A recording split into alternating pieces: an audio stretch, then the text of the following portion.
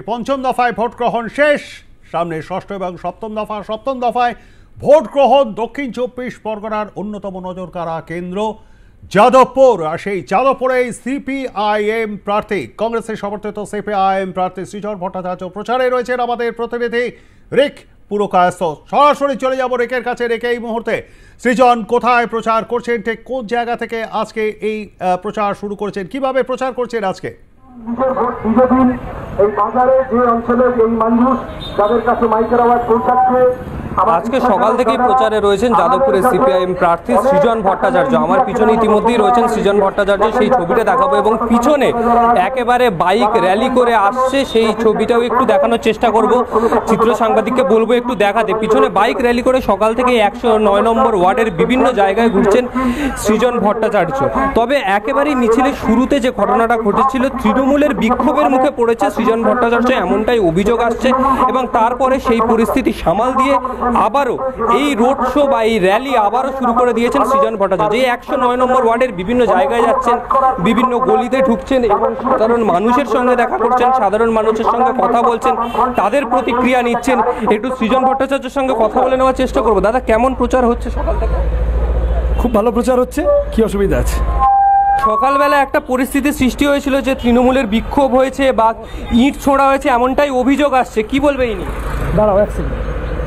Auto চালক দাদারা যারা আছেন, আমি আপনাদের নমস্কার জানাই।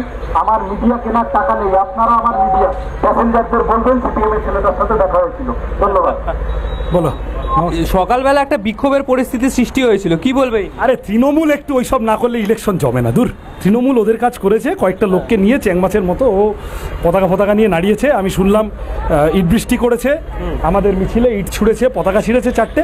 সে পতাকা আবার আজকে বিকেলের মধ্যে লেগে যাবে, কোনো অসুবিধা নেই। ওইগুলো করুক, তৃণমূল যত করছে নিজেদের কবর নিজেরা খুঁড়ছে, আমাদের ভোট আরও বাড়ছে।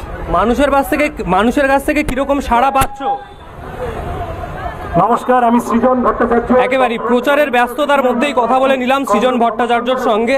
সকালবেলা একটি বিক্ষোভের পরিস্থিতি সৃষ্টি হয়েছিল, সেই পরিস্থিতি কাটিয়ে আবারও প্রচারে নেমেছেন সৃজন ভট্টাচার্য। সাধারণ মানুষের সঙ্গে কথা বলছেন, পিছনে যেরকম বিশাল বাইক র্যালি আসছে, সেই র্যালি করে এই 109 নম্বর ওয়ার্ডের একেবারে প্রচারের মধ্যে রয়েছেন সৃজন ভট্টাচার্য। প্রবীরদা, একদমই তাই। ধন্যবাদ আমাদের সঙ্গে থাকবার জন্য। কথা বলছিলাম আমাদের প্রতিনিধি রিক পুরকায়স্থর সঙ্গে এবং তা থেকে আপনারা শুনলেন কলকাতা পুরসভার 109 নম্বর ওয়ার্ডে এই মুহূর্তে দাঁড়িয়ে রোড শো করছেন যাদবপুর কেন্দ্রের কংগ্রেস সমর্থিত সিপিআইএম প্রার্থী সৃজন ভট্টাচার্য।